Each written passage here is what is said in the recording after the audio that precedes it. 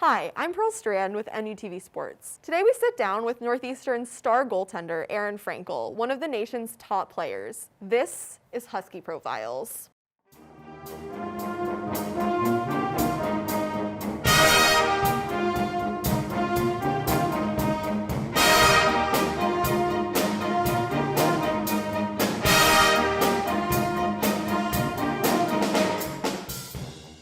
Now in her fourth year, Erin Frankel has had an impressive 3+ seasons as a Husky. After a dominant high school career at Shattuck St. Mary's, a boarding school in Minnesota with an elite hockey program, she arrived at Northeastern with high expectations. Frankel was propelled into a starting role during the 2017-2018 season as a freshman, and started 17 of 34 regular season contests. Her .934 save percentage led all NCAA freshman netminders, and she helped the Huskies narrowly defeat #1 ranked Wisconsin 3-2, handing the Badgers their first loss of the season.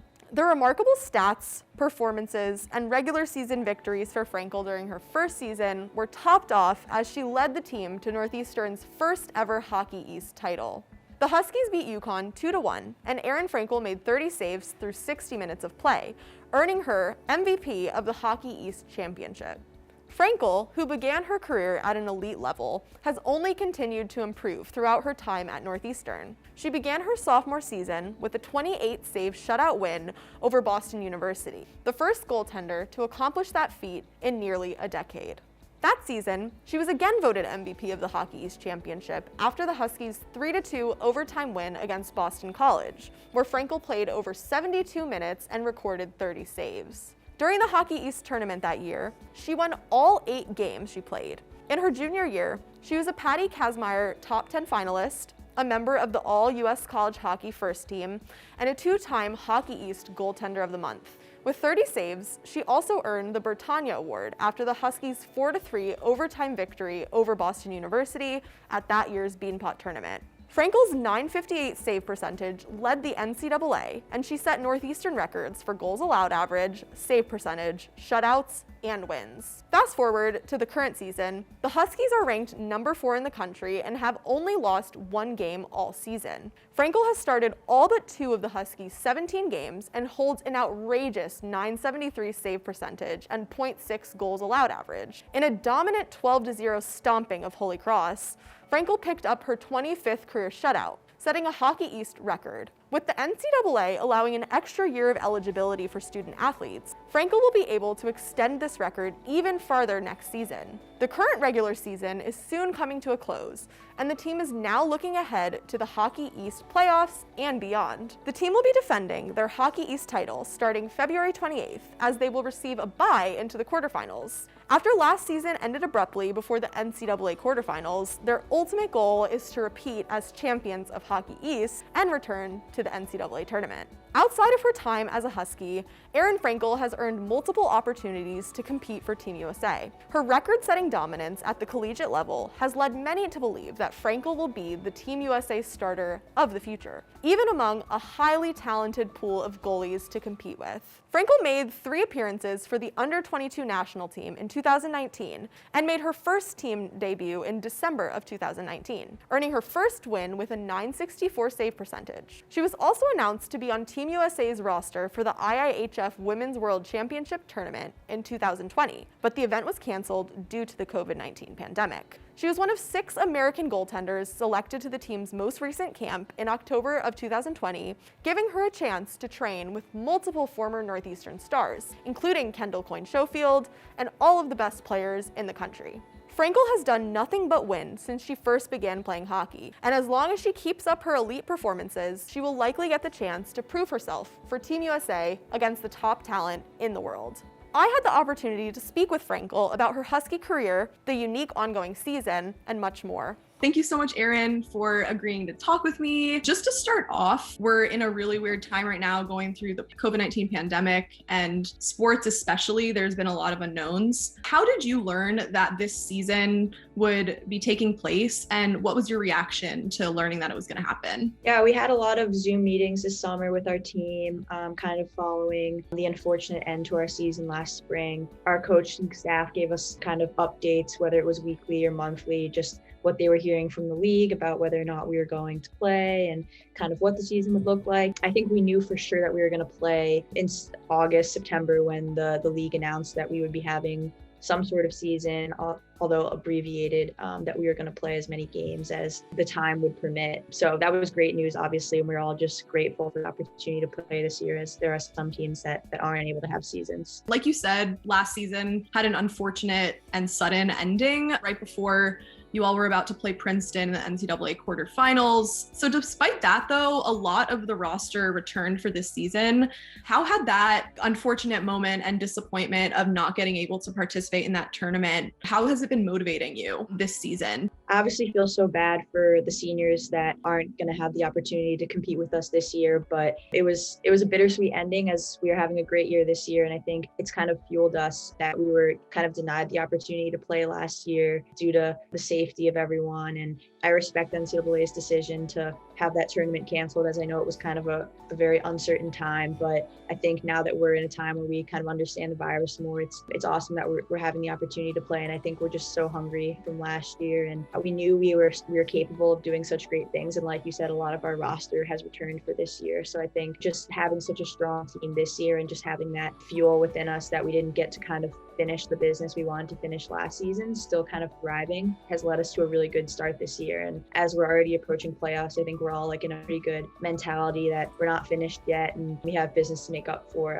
from last year. I know, like you said, some of those seniors didn't have the opportunity to continue playing after the cancellation of the season last year, but the NCAA is allowing student athletes an extra year of eligibility. Do you plan to take advantage of this, and do you see yourself playing with the Huskies next season? Yeah, so I'm actually super excited about that opportunity. I think it was the right decision by them to give the seniors their eligibility back and everyone the year back for this year. I think it's unfortunate that they couldn't really make up for what happened to the seniors last year. So I am going to take the year next year, as are a lot of other girls in my class are. And we're only graduating one senior actually this year, so a lot of us will be returning. You have such a strong defensive core in playing in front of you every single game. How much do you attribute to your team's defensive stats and amazing record to your own individual play versus your whole team's game plan and mentality? Definitely, I give a lot of credit to my defensemen and my team as a whole for playing so soundly defensively. And I think recently we've been playing so much better defensively. I feel like we kind of started off the year, we were playing well, but we were still kind of giving other teams a lot of grade A opportunities to score. And I think that that's lessened recently. And I think we're finally kind of finding our rhythm and everything's clicking as you would like it to right before playoffs. So definitely attribute a lot of our success to our D and our forwards as well for just playing so well in our defensive zone. And I guess kind of tying into that, how often are you communicating with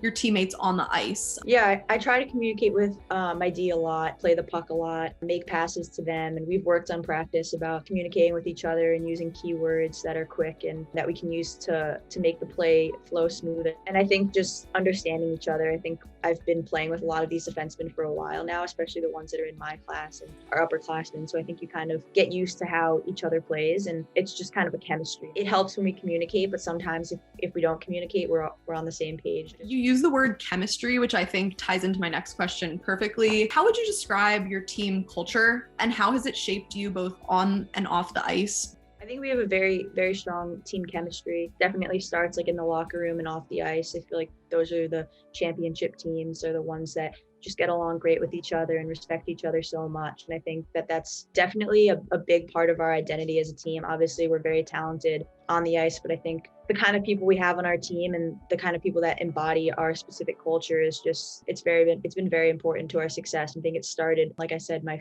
freshman year, my sophomore year. It's kind of been a process of growth, but especially my sophomore year, the leadership that we had in the team really left us with a very strong team culture. We had a captain, Brittany Bugalski, who really kind of turn things around that year off ice. And like that was kind of our turning point as a program. Like sophomore year, we really took off. And since then, we've just been so strong. I think it's just due to the seniors and the juniors passing down the mentality of team first and respecting one another. And I think that goes a long way.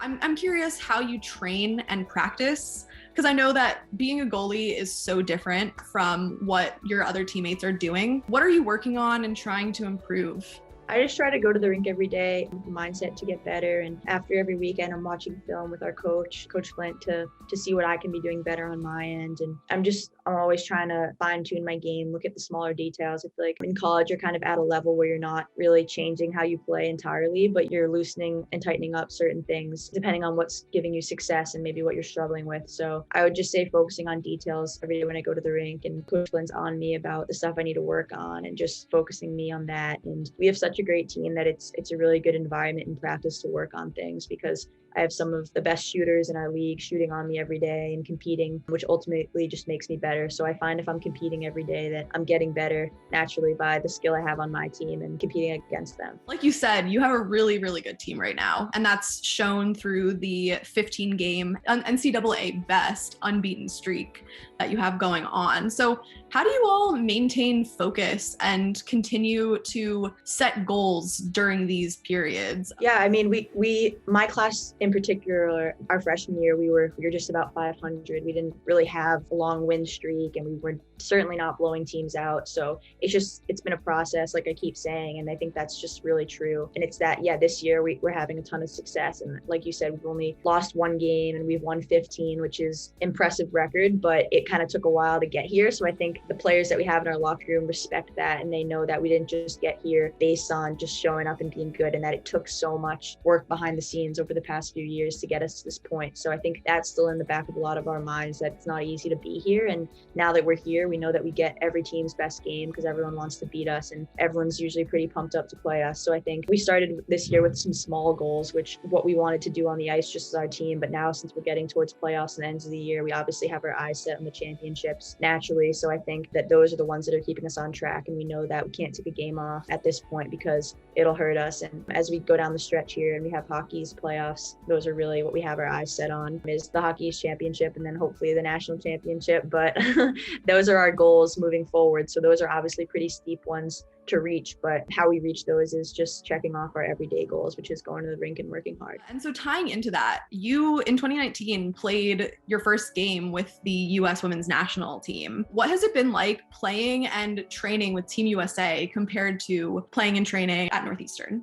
Yeah, whenever I'm at camps or skating with the national team, it's obviously just a super competitive environment, one that pushes me to be better. And I think there's some similarities for sure between my Northeastern team and the national team and the players in that pool. I just think at that level, there's just even smaller amount of room for error, and there's almost no margin for error because everyone's trying to be their best. And as much as I want to stop the puck, there's all these forwards that want to score on me, and they're just trying to achieve their goals as well. So I think it just pushes you. You can't take a single rep off when you're skating with the best of the best. And I've definitely realized that and learned that. And that's something that has helped me grow as a player. But you really got to be dialed in when you're skating with them. But the same is true with my Northeastern team. They push me to be my best. We have some amazing forwards like Alina Mueller on our team. But like I said, that talent at the national level is just every single player is going, and just it creates a very competitive environment. Yeah, and there have obviously been a lot of Northeastern Huskies who've gone on to play for Team USA. Do you aspire to continue playing with Team USA? Yeah, I hope so. I just got to kind of keep doing my thing here and hope that things pan out for me. But I'm hoping to attend some camps coming up and put my best foot forward at those. And hopefully, if I keep doing my thing, then I'll continue to be in the player pool. And that's all I can really do is just do my best. And hopefully having some Northeastern success would be nice for us. And I know some other players on our team that have aspirations to play on the national team as well. So I think good things will come to us because we're working hard and we're doing the right things. That crazy game against Holy Cross, the 12-0 shutout, was the game where you set the Hockey East shutout record with 25 conference shutouts. You've also posted a .947 save percentage throughout your time at Northeastern. I don't have won so many other awards. Do you keep track of these individual accolades, and do you have any that are especially meaningful to you? I think the The things that are most important to me are the team championships that we've won. Those are the best memories I'll have, especially my freshman year winning Huskies for the first time in program history was just such an honor and such an amazing moment for us here to be able to do that for the program and the players that came before us that all have been working towards that championship. So I think that day said a lot. But as far as the personal accolades go, they're not as important.